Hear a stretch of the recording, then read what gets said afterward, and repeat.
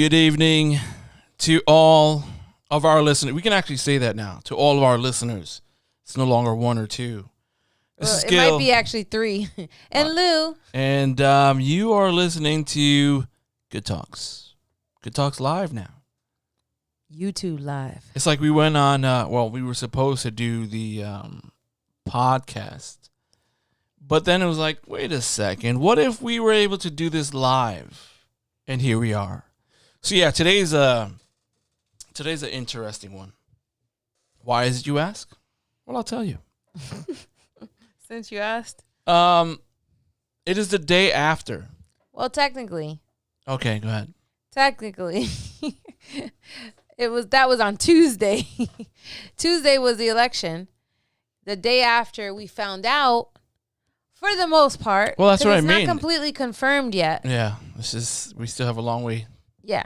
So the day after we hope or we think what the election results are. Well, they said, they gave us They're calling it. Yeah, they called it. But they have to go through recounts and all that stuff as normal. And like I told you before, I am not a fan of, or rather, I'm not going to believe that Biden is the president.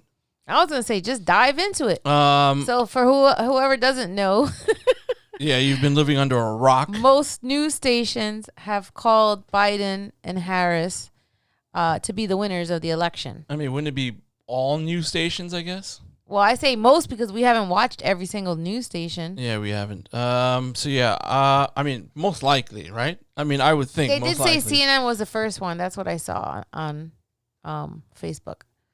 So yeah, they called it. I mean, they pretty much gave it to Biden, and we're still waiting for the rest of the ballots to be counted.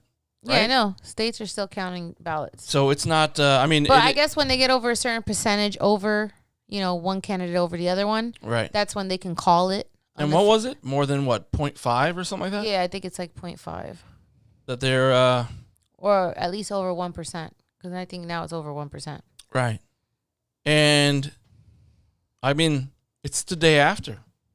It reminded me of that. The day after tomorrow. Yeah, it reminded me of the day after tomorrow. It's like, the world was pretty much over. We were all gonna, pretty much die. Icebergs right ahead. It was an iceberg. It was the frozen major. Yeah, I know. Like it was like a freezing over. Remember, right. Like a polar thing. Polar vortex kind of thing. Yeah. Dennis Quaid, man up. Whatever. What?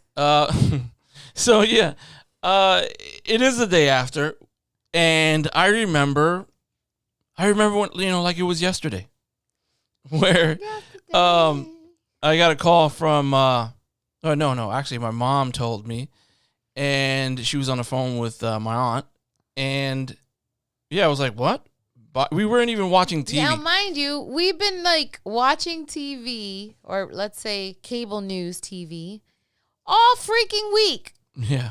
And the one day that we decide to start cleaning up and doing stuff in the apartment, and we're not watching the cable news, is when they announced it. Right. It was funny. And I'm like, really? Wait, hold on a second. So I start hearing people like scream and chant outside. And I'm like, all right. So I changed it to CNN. And then, there you have it. President-elect Joe Biden. I was like, whoa, holy shit. What's going on here? We need to clean more often. And, I'm going to talk about the morning time. Oh. I'm going to be top of the morning. And it was interesting because I felt, again, I don't know, coinkydink, maybe? I have no idea. But in the morning, moving the car, right? Street cleaning, damn it. Yeah, street cleaning day. And I am, moving the car, but I felt a little, I don't know, I felt a little upbeat. So yeah, usually I have to drag you out of bed to do this. While walking, outside, people, passing by, me out of nowhere, good morning. Really? Good morning. And, I guess people were like, they were caught off guard. They're like, morning. Next person. Good morning. So it was just like this, I don't know, it was weird, man. I mean, I never do that. I'm usually quiet because I don't, I'm a shy person, so I'm usually quiet. Again, this is at 8 o'clock in the morning as opposed to 11:40 when they announced the election. Right. It was a lot earlier in the day. Oh, yeah. And I'm like, hey, to everyone, good morning, and chippy, and, it was weird. I never do that. So, I don't know. Maybe I don't know, planets were aligned. Maybe something good was going to happen. I didn't even know it. I did play lotto. And we lost. Oh, we did? Yeah. I checked this morning. Damn it, man. But it's all right. I guess all the stars were not aligned. It's okay. So, yeah, it was a good morning, and then the afternoon came, and it was like, wow, okay. I changed the channel, and I see, all of these news stations, and they have everyone outside chanting, screaming, banging on pots, blowing whistles or whatever, honking horns, waving flags. It was like, it was crazy. I honestly didn't know what to think. I didn't know how to feel. To be honest with you, I didn't know. For me, like I made notes. I felt like it was reminiscent of Obama. When he won, there was this feeling of joy, sense of relief. And I guess we start thinking that life is going to be better. Well, it's like a renewed sense of hope. Yeah. And, I wonder, and I asked you, I guess we had a conversation about it after, and I'm like, I wonder, is this going to change our lives? Like, Biden being president, will it change our lives? I don't know. I would say yes, but I would say no as well, because I think we're so used to how things have been regardless of whoever's the president. It's just that at this particular time, there's been so much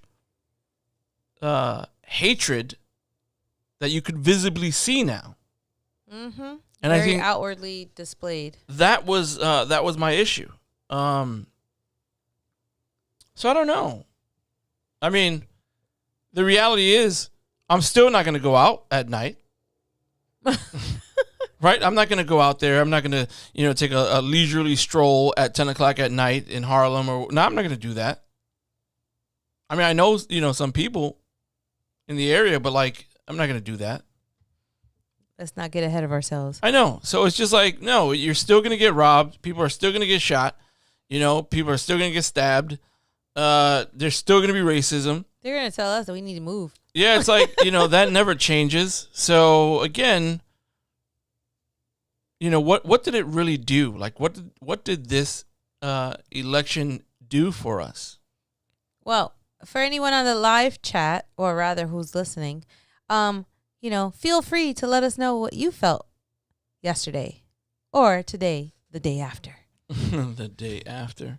I mean, yeah, if you're listening to the show live right now, because obviously when this is finished taping, we put it out there in the podcast or whatever, you won't be able to call in because I probably won't answer. Well, not call. They could actually type in on the live chat. But if you are interested in calling, sharing your feelings, your thoughts, regardless if you're a Republican, Democrat, doesn't matter to me, give us a call, 646-395-0846. Let us know how you are feeling. Let us know what your thoughts are, because, I mean, I certainly have my own. You have yours. And, again, I don't really know how everything's going to play out. I know that at this very moment, Biden is going to be the 46th president of the United States. It's pretty certain. Unless something happens where, Trump's legal team, pulls a win out of their asses. I wouldn't doubt it, considering how the past 4 years have been. But for me, I wonder, as a Democrat, how do you feel? As a Republican, how do you feel? That's what I wonder. I spoke to several people. I spoke to, older people, older Democrats, older Republicans, younger Democrats. I haven't spoken to a young Republican. And, I heard that story about how it doesn't matter. Their votes don't matter. It won't make a difference. And I'm like, we're talking about over 130,000 people who didn't vote in 2016 who felt the same way. And look who we had representing the U.S. these past 4 years.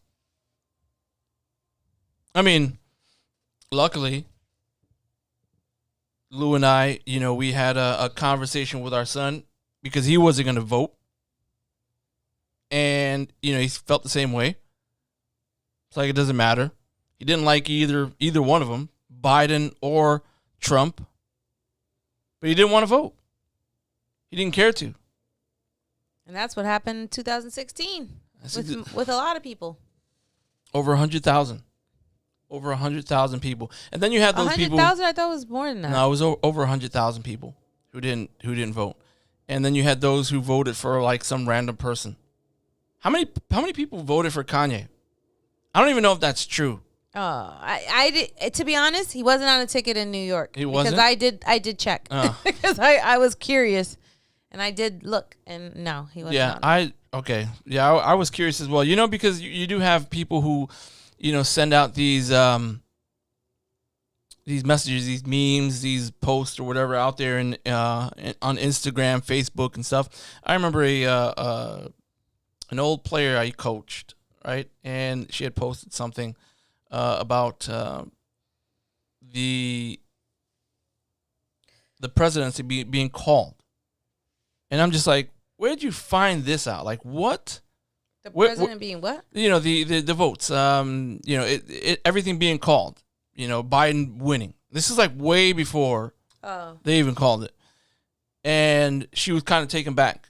It was like, WTH. What the hell? So my thing was, where did you get this? Like, where did you get this information from? I had no idea. And that's the problem. So we see all these things, and we start believing in them right away. Not to say that she did. Maybe she put it out there because she was, curious whether or not it was true. But you put these things out, people believe it, and then they start running with it. Well, that's why I don't read any articles on Facebook, period. Sometimes what I'll do is if I'm interested enough in it, then I'll Google the article to see if it exists. But I don't click because, again, because of everything with Facebook is algorithms and them trying to figure out what you're thinking or what you're trying to look up. I don't click on any of the articles on Facebook. So if, like I said, if I'm interested in it or I think I'm like, what, is that real? So then I'll go and I'll go Google it and then see if the article actually does come up or what does it say and if it's a reputable source, because that's another thing. I don't know why, but Facebook allows so many different sources to post these articles that you're like, who the heck are those people? Like, I never heard of that. So, yeah, I don't know. I always think that you have to be careful of what you read on there. You know how many stories there were that was 100% false? So many stories out there.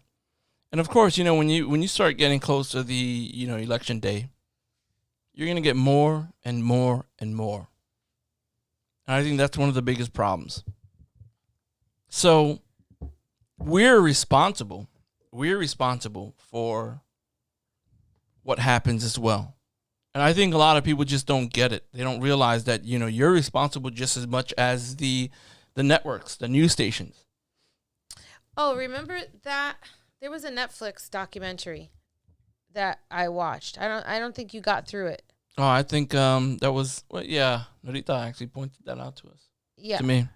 Well, I think I had already watched it. because I think I watched it the week it came out. So anyway, it was called The Social Dilemma. So in that Netflix show, I'm sorry, it was a movie, a documentary.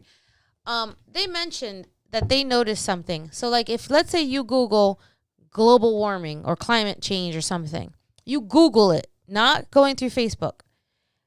Next thing you know, the first thing on your feed in Facebook when you close Google will be something about climate change. I didn't believe it, but I did do it, and it's true. And guess what? That stayed on my feed for like a week or two, at least. Every time I logged in, it was there. This is why I purposely I look at a lot of Fox News, MSNBC, CNN, NPR.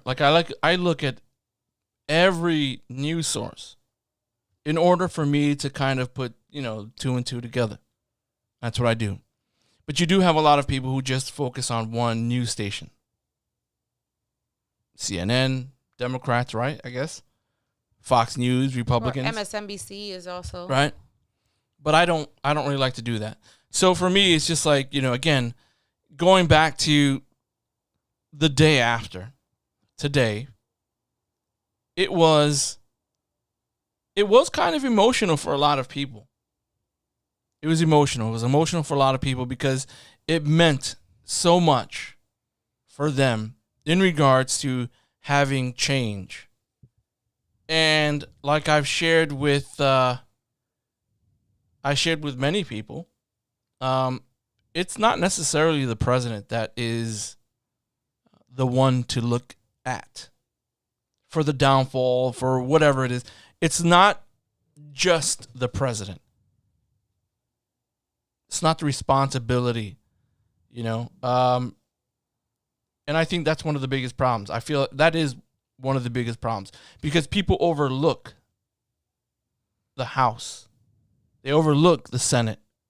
And they're the ones that we need to be paying a close, eye on, paying attention to. They're the ones. Because they set the rules, man. It's the policies, it's the bills being sent. Like they're the ones. But no one even focuses on them because they're too busy focusing on the president. Granted, the president this time around was someone who I would say clearly wasn't a leader. Mm-mm. But I challenge someone. I would love to see how anyone who voted for Trump and is a Trump lover, not just a Republican, but a Trump lover. Or a Trump supporter. They don't have to love him. No, it's a Trump lover, man. You're a Trump lover. If it doesn't matter, you're a Republican, or automatically you support the Republican side, regardless of whoever it is. So Trump is just a different breed. So you're a Trump lover, basically. I would like for you. I don't even know how to word this, but I guess I would give you a scenario. If you have a child, and you pointed this out to me, mm-hmm. I guess you would be the one to explain it. Well, I had the thought of, as a parent, I'm not going to say I ever aspired to be the president. Nor did I don't even think my parents ever said, "Oh, you could be president one day." Stop lying. You could be the president. But, if you're talking to your kids, especially young kids, and normally, the office of the presidency is something, monumental. It's in the highest regards. As a parent, the face of the nation. Would you actually say that to your kid, hey, you should be, you should aspire, like Trump is a role model as a president. Forget about as a person, because that's a whole different story. But even as a president, he's a role model. Would you tell your kids that? And if your answer is no, then I don't understand why you would vote for him. If your answer is clear-cut no, that's not something you would tell your kid, then I don't understand how you support him. Let's say you don't necessarily feel like he is a good role model, right? but you feel like his policies, his the things that he wants to do for the country, for the betterment of the country, is more important. So you can overlook his character. So again, would you say to your child, as long as, any by any means, is that what, is the moral of that story? Because I don't feel that's something I would actually teach my kid to do. Like, I mean, you would think, again, as a parent, and this is why I keep going back to that, because I'm trying to separate my feelings of personally right from what I feel like I would talk to my kid about. And I just can't see any way of saying to him, that's a man I would like you to be, to be your role model. No, absolutely not. And again, we're talking just as the president, not even as a personal, like, even before he was president. Well, here's a question. Is it fair to once have a president who's very eloquent, charismatic, intelligent, to go to another president or the next president right after, who is not eloquent, who doesn't seem, smart enough? He doesn't really have charisma in that sense. So we go from, that president who is charismatic to a president who's not, and so on and so forth. Is that fair? It's almost like, you are a part of a, I don't know, some type of show. Maybe a what do you call those things when you perform at a show? Multiple people. What do you call those shows? Like you're performing at a show and there's multiple bands or multiple whatever it is, and you're following a band. You're coming up next, and you have to follow or come up after a band that just blew the house away. Yeah, and you're like, oh shit. And now you're the next one up, and you're like, oh my gosh, this band that was before you, this singer, this entertainer, got standing ovation. The crowd went crazy, and all of a sudden, you are like, oh shit, I have to follow that. Is it fair to put Trump in that same category, that same boat as Obama? Well, I guess it would be hard for anybody to follow up behind him. But, and again, I think what people who voted for him initially were thinking is that he's more straightforward and not a politician and blah, blah, blah. But, so in that regard, I guess he doesn't have to be as eloquent. Right. Granted. Okay, no problem. But if you get the job done, it doesn't matter. But I think it's not even as deep as that. I think it's more like, as long as you come across as somebody who tells the truth, or so people can believe in, because again, you're talking about the president of the United States. We're not talking about, his character he played on a reality TV show. Right. Where he wants to act tough because he's the boss. This is a different scenario. So, you would think, even if he was not as eloquent, that he would at least be somewhat trying to be presidential. Right. You know what I mean? Like, at least try. I mean, you're the face of the nation. And it's funny because you always know when he's on script and off script. Oh, of course. When there's a... Because when he's on script, he's very monotone and he's just reading right off the screen. But then when he starts using a bunch of adjectives, you know that he went off script. So that's the thing that I guess I don't know. It's going to be huge. It bugs me a little bit. And again, fine. Everybody deserves a chance, right? Yes. So fine. There goes 4 years of a chance. But then to vote for him again, I don't know. It's just, I don't understand it. So I went from 4 years ago, right? 2016. I worked for I'm an educator. So the next day, I was walking with a couple of they were married. I didn't know that at first, but they were married. I was walking with a couple of colleagues into the school, and I jokingly said, "It's going to be a great day," knowing that Trump had just won. Ugh, and people were all upset. And the husband, he's a cool dude. I didn't know that they were married. He said, "That's not funny," and he calls me my name, my last name, that is. And I'm just like, what? I was just kidding, But his wife, the minute she walked in to the office, she was crying. She broke down and cried. And it was just like, what? Did I do that? And the reality is I didn't do that, but it was thinking, and everyone was in shock that they were going to lose a lot of rights.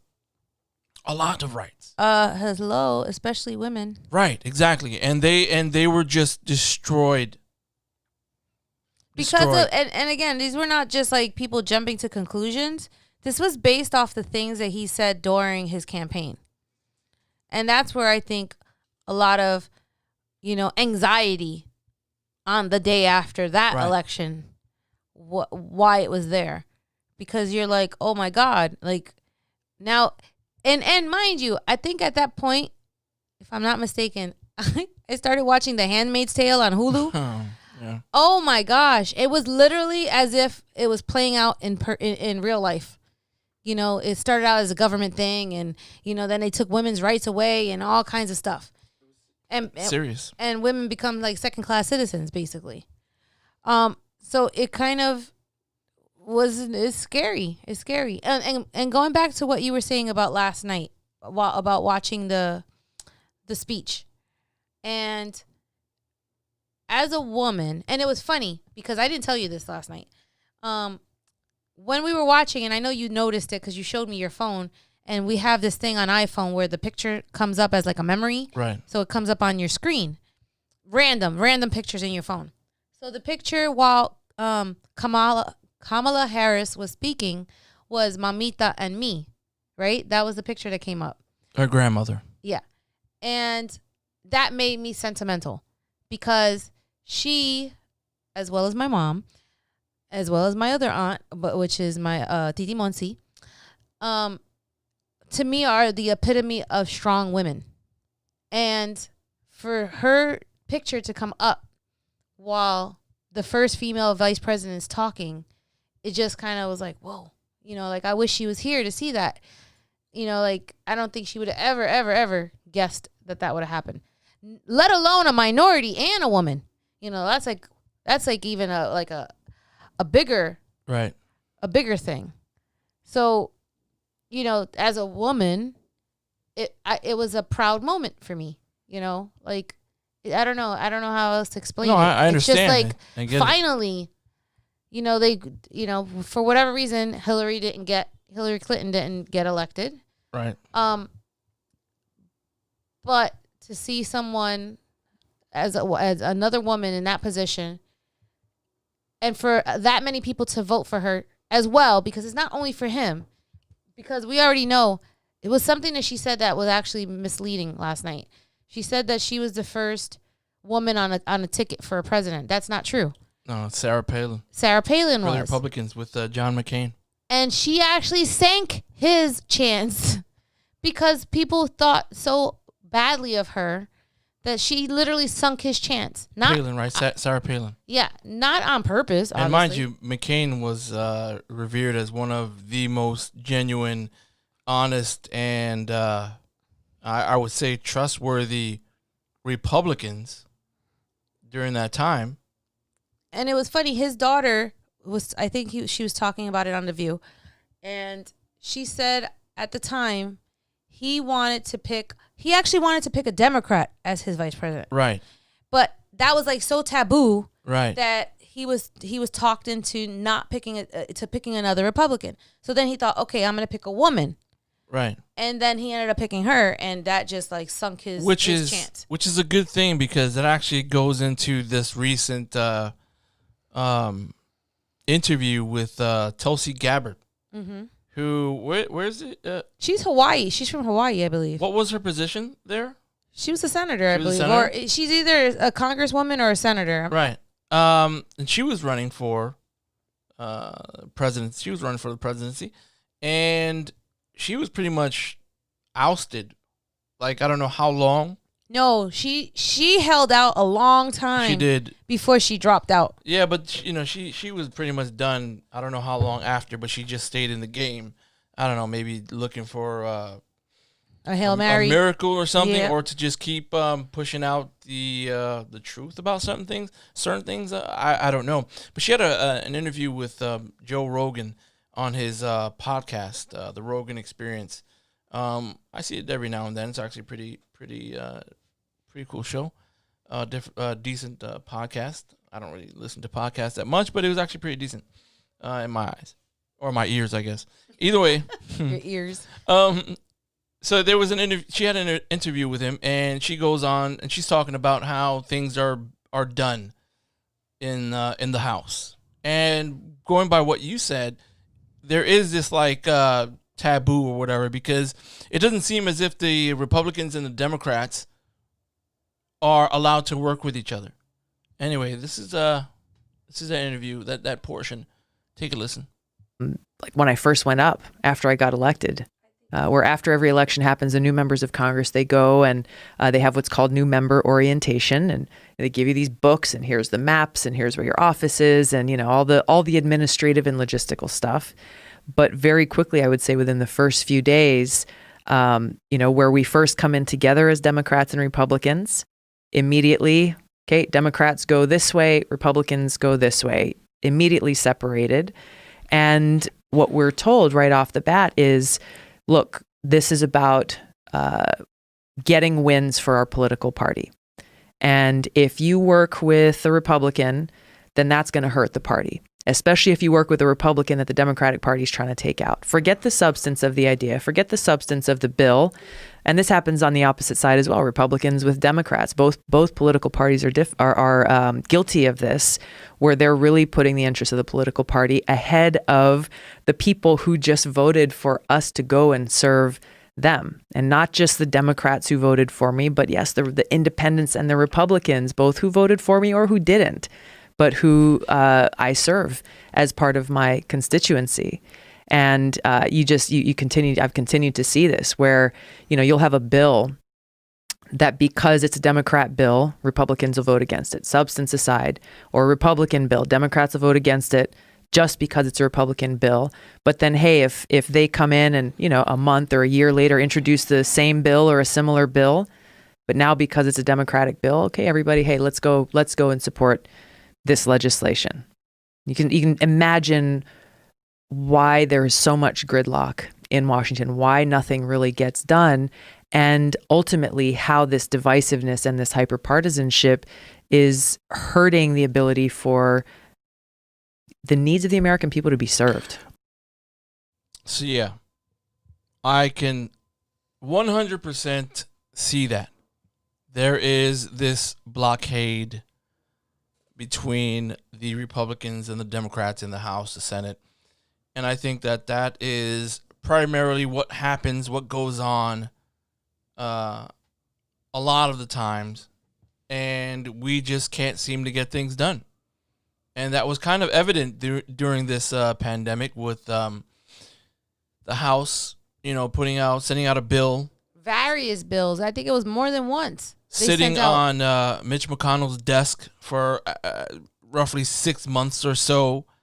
And them not taking care of it. Why? Because it was the Democrats. But if it was, if it were, Republicans who put it out there first, let's jump on that one. And I think that's what you have a lot of the time.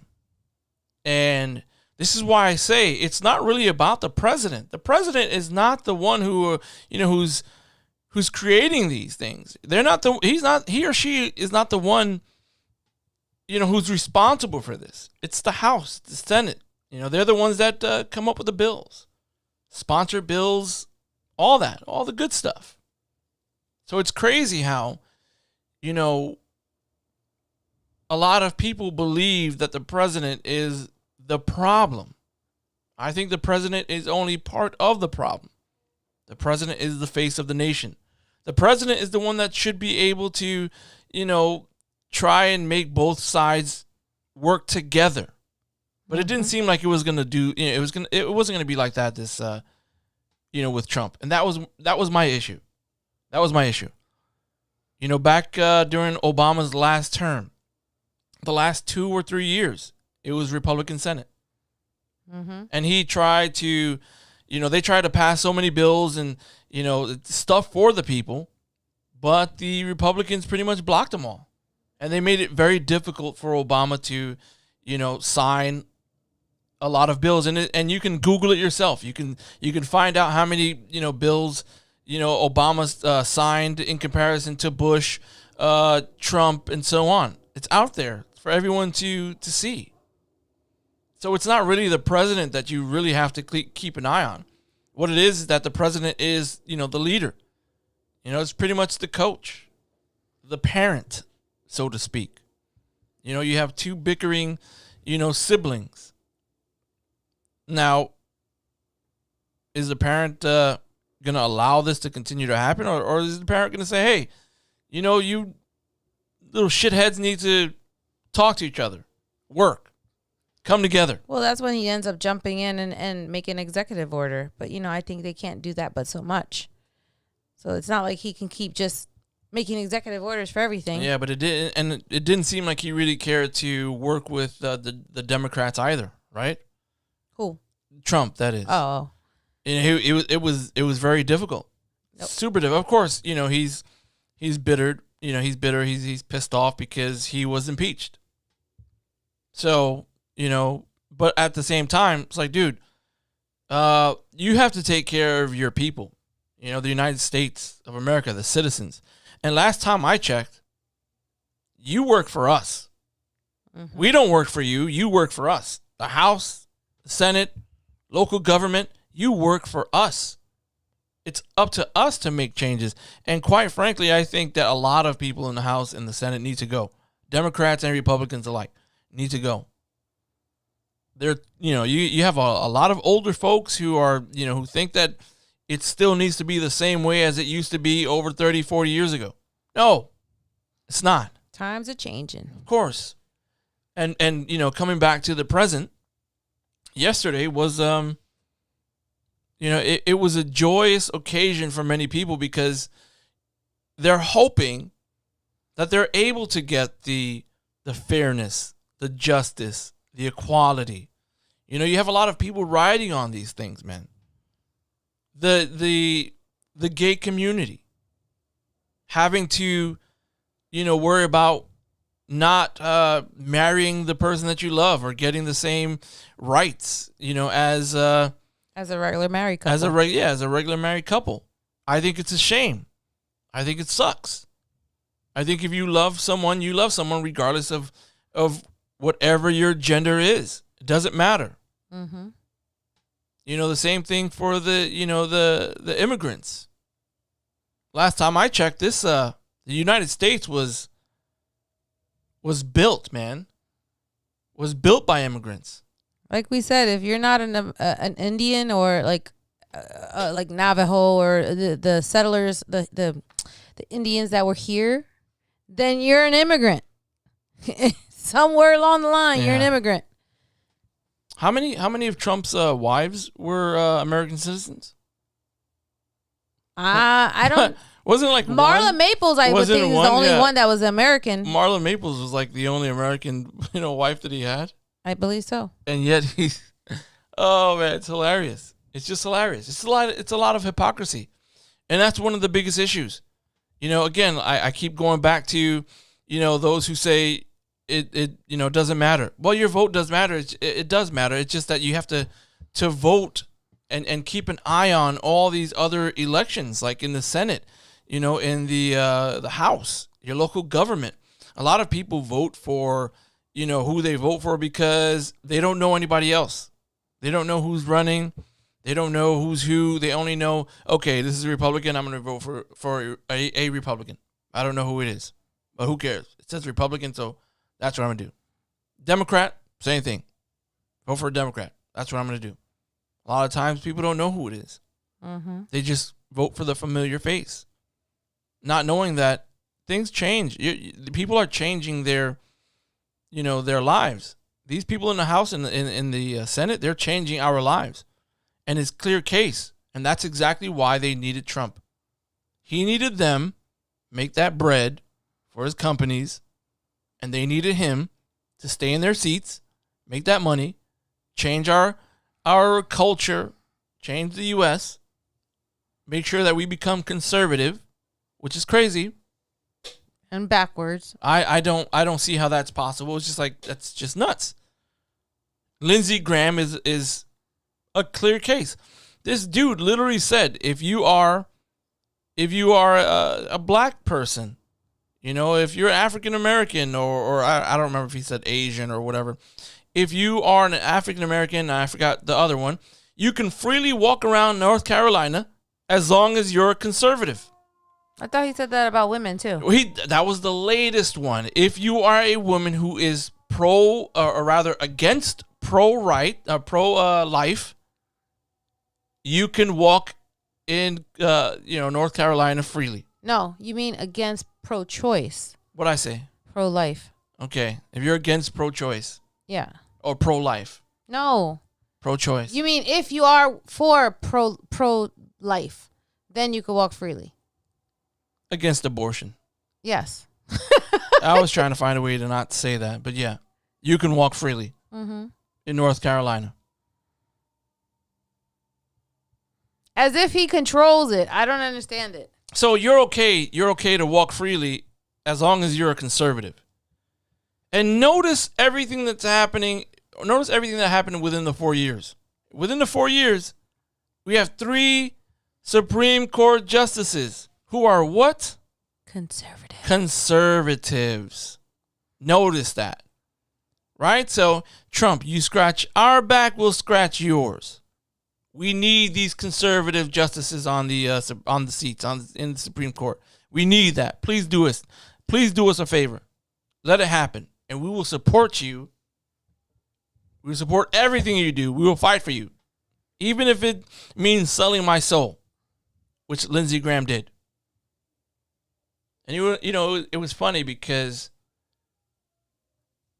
going back, I'm looking at the time to see how much time we have, and Lindsey Grahm, who is the chairman of the Judiciary Committee, the chairman of the Judiciary Committee for the Republicans, this dude, he didn't even care about going, running or having a debate with, I forgot that dude's name. Jamie something. Yeah. Harrison. Jamie Harrison, okay. He didn't care about doing another debate with him.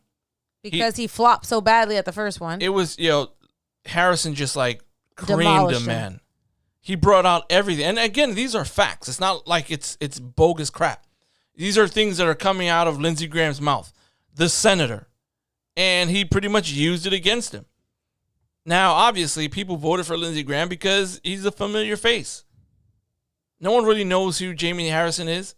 Well, and of course, he painted him as some leftist, progressive who was not going to, who was going to be against all of the values and stuff from North Carolina. So as from the Trump playbook, he used fear as being the deterrent for people to vote for Harrison and to vote for him. And look what happened.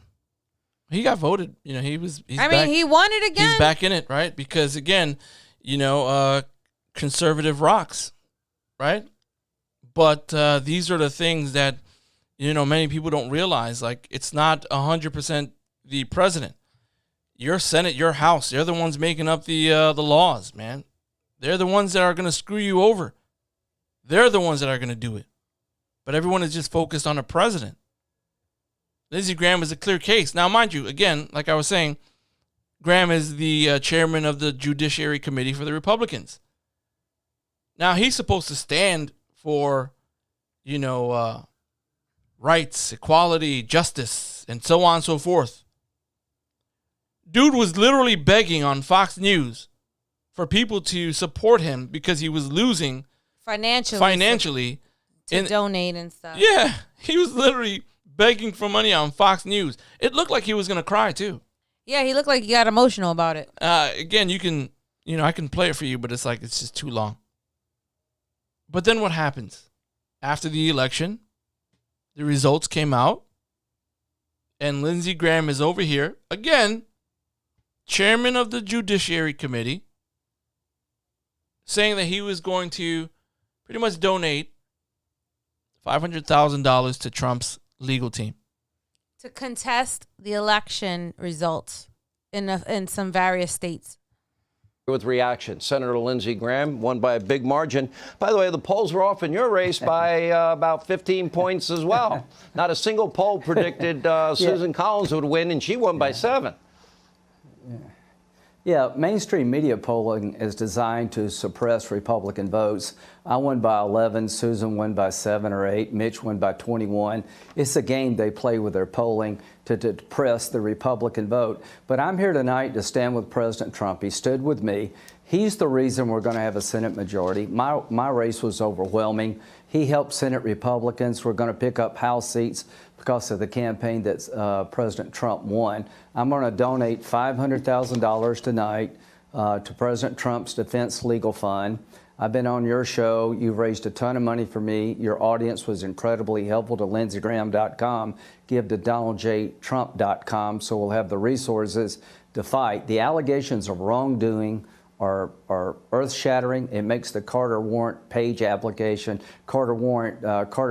application look on the up and up. So Senate Republicans are going to be briefed by the Trump campaign Saturday, and every Senate Republican and House Republican needs to get on television and tell this story. Yeah. So you are the chairman, and you are donating $500,000 to Trump's legal team. It's just so much hypocrisy. It's just ridiculous. It's ridiculous. And this is one of the biggest issues that I have. And he's not even my senator, which is crazy. He's not even my senator. If he was, we would probably be we would be very involved with politics, probably. Oh, of course. Of course. I mean, we are now, but it's just No, I think we would actually be part of the campaign and stuff against him. Well, we're here. We'll volunteer. Yeah, it's crazy, And after the results came in, when Biden was the elect, this is how the Biden supporters came out. This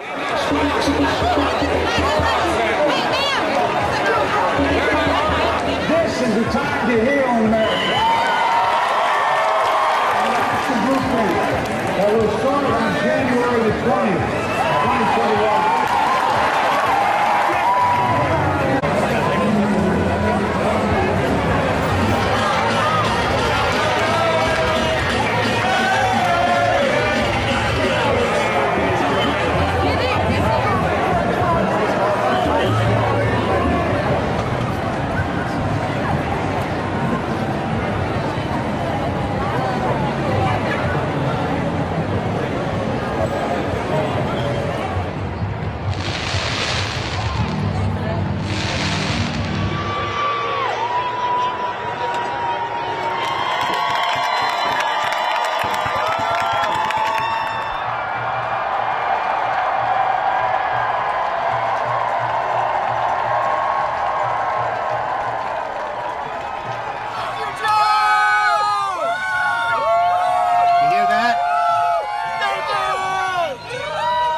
Says thank you.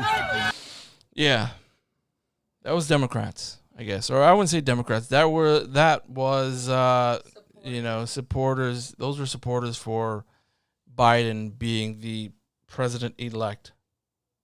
You're asking about Trump supporters, right? Well, here you go.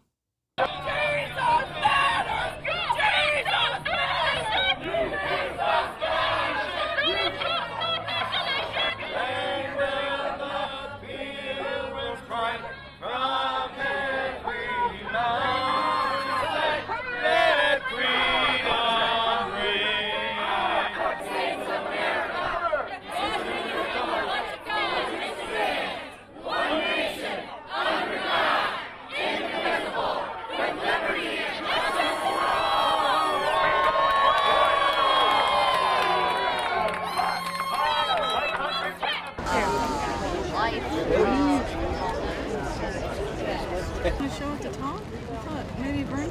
There's a lot of questionable things. They shouldn't be calling this election. There's dozens of lawsuits all over the United States right now. They should resolve those up.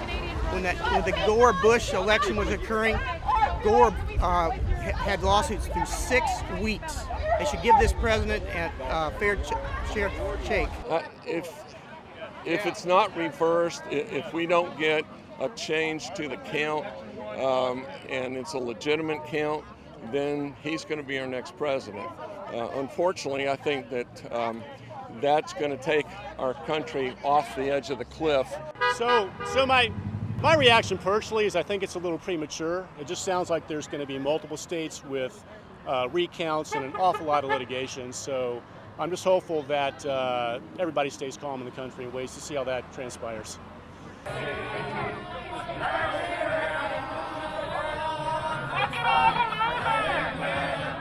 Man, I wonder what would happen if Biden would have lost. You know, how many marches would have gone on. It is, I don't know, it's crazy. It really is crazy to think about that. But, you know, at the end of the day, we had this conversation.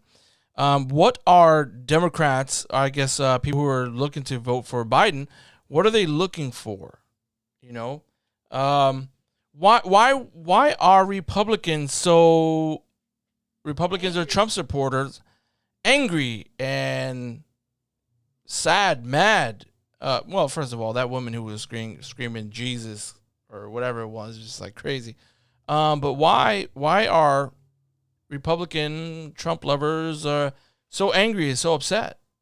Like, what is it? What do you feel like you're losing? Is what I'm wondering. And I wish that I had someone who was able to call in or leave a message to kind of give me that answer. And I probably would want to, you know, I'd ask around, like, what do you feel like you're losing? What have you lost in this election? You know, being that Biden, I guess, won. What did you lose? I'm not sure. I honestly don't think that you lost much. What is it, money? I don't think anybody in that group that you saw there, you know, in that rally, was making over $400,000. Yeah, because that, just so people have context of why you said that. Because that, according to Biden's tax plan, that's what he would want to first increase taxes on, would be the rich, the people making over $400,000. All right, well, so at least we don't have nothing to worry about. I'll go down then. I'll go down the amount then. I don't think any of those people were making $100,000 a year. Maybe like a few of them. But I don't think all of them were making that much money where they're going to benefit from Trump's tax code. Mm-hmm. So what are you losing? Money? Are you losing your rights? What are you losing exactly? Are you? I saw a majority of them were white people. So what exactly are you losing at that point? That moment right there, what are you losing? Are you losing your rights as a minority? See, now the only thing that I think people have a legitimate reason to be possibly afraid of is changes to their medical or health insurance. Right. That would cost them more money, or they couldn't get the same benefits that they had. Right. I can understand that. Because that, you know, everyone is critical on their own health insurance. And especially if you have underlying health conditions or you have, you know, different ailments or diabetes or heart issues, and that you go to the doctor often, your medication's expensive. I get that. You know, like that to me is something that's important. So I can understand why a person would be upset at the possibility of their coverage being affected. Right. Well, again, possibility, because nothing is concrete yet. Well, here's the other thing for that. The reality is Trump didn't really put out a health care plan. Never. Right? He did. They did. The Republicans, along with him, when he first got into office, he tried to come up with a Trump plan, and it failed. I think, if I'm not mistaken, it failed in the House. I don't even think it made it to the Senate. And I think that was before we controlled the House. Right. That was before. So, matter of fact, I'm sorry, backtrack. No, McCain is the one that vetoed that. Oh, yeah, he vetoed that. And that was in the Senate. So and it did pass the House. Because at that point, the Republicans had the House and the Senate. Yep.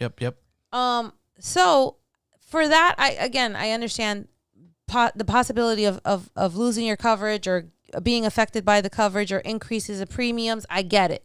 I totally get that. Besides that, I don't understand it. What else? Yeah, I don't understand either.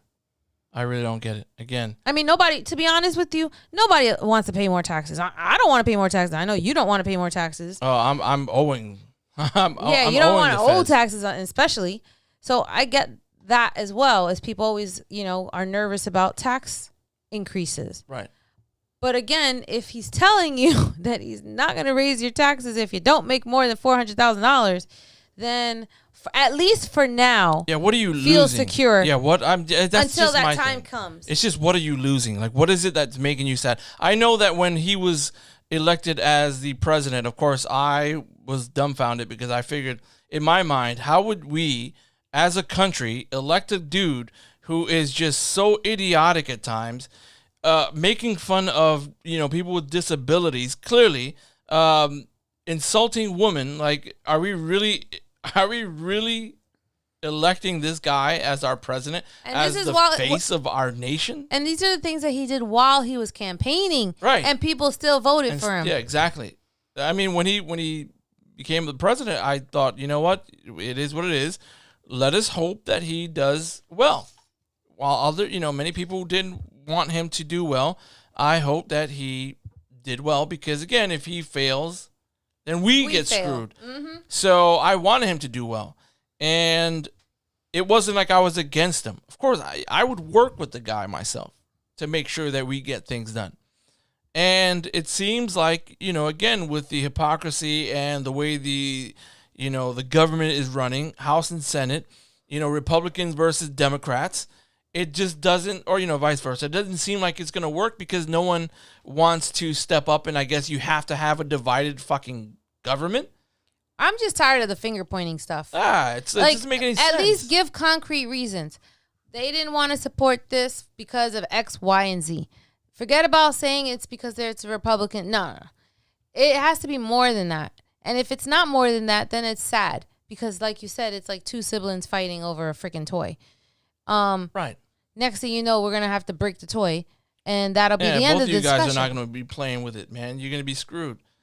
And again, this is why I'm saying, like, after, the day after, or, when we first found out, people felt joy. And you saw many. Half the country felt joy. Those who are seeking equality, those who are seeking, justice, fairness, those are the ones who really felt the emotions. Because I think that that's what everyone wants. Everyone on this planet, everyone wants to live, a happy life, security. Nothing is going to happen to you. You can love who you want to love with no issues. You can be who you want to be with no problems.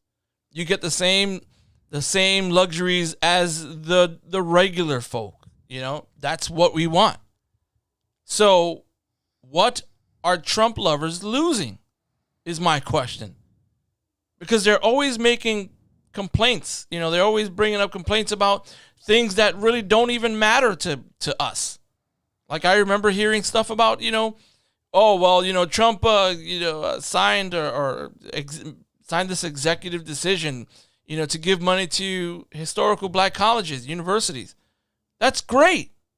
I'm happy for that. But is that your reason for voting for him? You don't give two shits. You're white. Like, you're super white. Like, why would you care? And I think that, I'm pretty sure, like, there's going to be white people who are like, hey, I'm white. I care about that. But let's be real. Does it really? But it doesn't directly affect them. It doesn't directly affect you. It's a good thing. Like, every president has done good things, including Trump. But at the same time, if your only argument to defend Trump is he did that, then, dude, you're reaching. You're reaching. Every person just wants a normal life, happy life, to be able to do what they want to do. But we are going to be screwed because, again, when you look at it, we are going to be overrun by conservatives. And the conservatives are the ones who want it to be like old school. We got to worry about the gay marriages, gay marriage rights, gay rights, voting suppression, women's rights. Like, we have to worry about all of that. Why? Because they wanted to go back to many, many, many, many, many years ago. And it doesn't start with the president. It's back down, man. It's with the House. It's with the Senate. They're the ones. Those are the ones that you have to look out for. And I guess with Biden, it's sort of a reset, a do-over. And it's very emotional for a lot of people. It was kind of reminiscent, like I said, of Obama. Not the same, but, you get a reset and you have hope. You have faith that things can turn around for our country. And especially for the black community, not even just for the black community. If you are a parent, what do you tell your kid, when they see Trump? That's okay to do. It's okay to insult someone. It's okay to be an asshole. It's not okay. It's not okay at all. That's not how I raised my daughter. That's not how we raised our kids. Nope. No, it's not the way. So if you are a Trump lover, I don't understand you, and I would like to know. I'd like to get it. Especially if you're a New Yorker. That's crazy. I was watching CNN during this time when Biden was, I guess, when it was called. And there's this, what's his position there? Who? Van Jones. He's a commentator. Oh, he's a commentator. Yeah, he gave an emotional speech. His thoughts. And it was dead on, man. Take a listen. Van, what are your thoughts? It's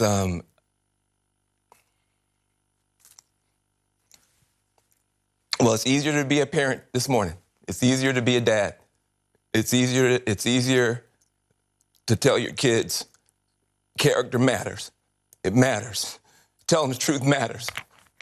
Being a good person matters. And it's easier for a whole lot of people. If you're Muslim in this country, you don't have to worry if the president doesn't want you here. If you're an immigrant, you don't have to worry if the president's going to be happier to have babies snatched away or send dreamers back for no reason. This is vindication for a lot of people who have really suffered. The I can't breathe. That wasn't just George Floyd. That was a lot of people that felt that they couldn't breathe. Every day you're waking up and you're getting these tweets and you just don't know. And you're going to the store and people who have been afraid to show their racism are getting nastier and nastier to you. And you're worried about your kids and you're worried about your sister. And can she just go to Walmart and get back into her car without somebody saying something to her? And you spent so much of your life energy just trying to hold it together. And this is a big deal for us just to be able to get some peace and have a chance for a reset. And the character of the country matters. And being a good man matters. I just want my sons to look at this. Look at this. It's easy to do it the cheap way and get away with stuff, but it comes back around. It comes back around. And this is a good day for this country. I'm sorry for the people who lost. For them, it's not a good day. But for a whole lot of people, it's a good day. And that's what it was all about, man. That's what it was all about. Character does matter. And it's crazy. Well, for me, my students, the kids that I've coached, I always kept pressing the fact that your habits become your character. And if you are constantly lying, that's your character. If you are constantly insulting people, that's your character. And that's who we had. We had that character as the face of our nation. And this is why I questioned why people voted for him when I just didn't understand what it was that he did as a leader, as the character of our nation, what he did to remain, I guess, to continue getting all these votes and having people defend him so much. And after yesterday, after the results came in, it was like a reset. Well, in some ways, but again, almost half the country still voted for him. Right. Which to me, and this is what we initially spoke on election, I think it was the day after the election, when we started seeing the number, such a close race. It's like, wow, after all of that, and people still voted for him. Like, voted for him again. Like, how, and I did see, I think it was this morning or yesterday, that more people voted for him this time than the first election. Well, because of the whole mail-in ballots and stuff, you know? Well, I know that, I understand that just from the sheer number of people that voted this time versus last time. But the fact that more people voted for him this time after everything that happened in the last 4 years, it's kind of disheartening. It is. That's a sad thing for me. That was a sad thing for me, too. And I get it. Everyone is affected by their situation differently. Like, everyone's... I remember telling you that I disagreed with something someone said on like a TV show that I watch. And they said that the people, she felt, the people that voted for him were being selfish. Because of the things that he did, they were more concerned about themselves instead of the things that he did and how it affected other people. Right. And I disagreed with that because the reality is people vote for the politician that represents them. So if those are your interests, or those are the things that you're worried about, or those are the things that matter to you, then that's why you vote for that particular candidate. I get that. And that's everyone's choice. But at the same time, like I said, what keeps ringing in my ear is that how can you explain that to your kid? I voted for him because I got a better tax return. Like, that's my reason. Like, come on. I don't know. To me, that's not good enough. Well, that's what I mean. That's why I said I just don't understand the reasoning. If you're defending him, if you're defending Trump, and you go back to the HBCU bill that he passed, and that's your argument. It's just like, dude, you don't even care about that, really. You're just looking for every possible reason for him to remain the president, or to vote for him. You're not really thinking about the overall, of the country. Like I said to you before, I technically benefited from this tax cut. Yeah. So I guess that should have been my reason to vote for him. Right. I did not, because again, the character is what was more important to me than my benefit that I got from it. So, to each his own, I guess. So right now we have a chance to, kind of start over somewhat. It's going to be a long process. We still have to deal with this coronavirus, or whatever the case may be. Whether it's a hoax, who knows? Still to be determined. Well, the numbers are going up every day. To be determined. Who knows what exactly is going to happen? But at the same time, this is what we have. We have a chance for a reset. To bring some normalcy, some civility, a good character, and so on and so forth. I don't know what's going to happen. I'm hoping things will get better. Not sure. Like they say, it's easier to know who's the bad apple, than the. It's not exactly what the quote is, but I was gonna say, I don't know. I never heard that one. Who's the friend. Like, keep your friends close and your enemies closer. That type of deal. Okay, I heard that one. I guess Biden could be a he secret. could be a frenemy. Who knows? Yeah, he could be fraud. We don't know that, but Trump was clearly the person he was blatant. We already knew who he was. But again, it's not the president that you have to worry about. It's the House, the Senate, your local government. Those are the ones that you need to vote in or out They're the ones. And those are the ones I think you need to keep a close attention to what's going on. Exactly. And who's saying what and why. 100%. And what are their interests in this? Because Jinx, you can't talk to somebody says your name. Shut your mouth. You just talk. Too late. You spoke. All right, whatever. Again, it all boils down to that, man. The president is the face of the nation. That's it. They're the ones that are supposed to be, helping get things done. But I guarantee you right now, well, I won't say guarantee, but it seems like if Biden, predictions, again, if he's not in, rather, if he is the next president, then I want to see how the Republican Senate works with him. See if they screw him over just like they did Obama. Maybe they won't because he's white. Who knows? Just saying. Or maybe initially they'll try to play nice and then, screw him over later. Who knows? Again, it's, pay close attention to your government. Not just the presidency. Local. But your local government as a whole.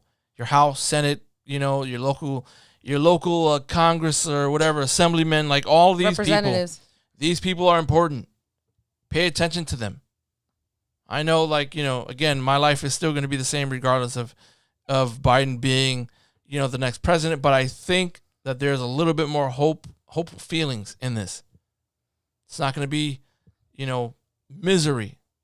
Lord, 4 years of this. I think it wasn't even misery. I think it was just anxiety and uncertainness. And what's he going to say? What's he going to do? Distrust and just so much crap. It was negativity.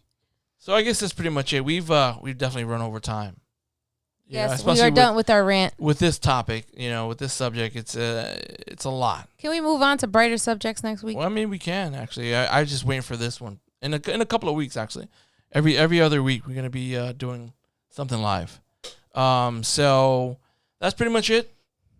That's our conversation. I wish people would have called up, sent messages of how they felt, Republican or Democrat, didn't matter. But I was curious. And that's pretty much it. That's all we have. So again, if you can subscribe below, we are trying to reach that 100 mark at least. We're like a quarter of the way. Come on. Send this link to your friends, your family. Let them know. It's not really just about politics. We don't talk about politics. It's just that. It just had to be talk. We had to speak about this lately because this is what's the most important thing going on. Yeah, it's been crazy over here. But other than that, visit us on our website, www.goodtalksnyc.com, or go to or friend us or follow us on Instagram at goodtalks_NYC. Is that pretty much it? Yep. Good talks.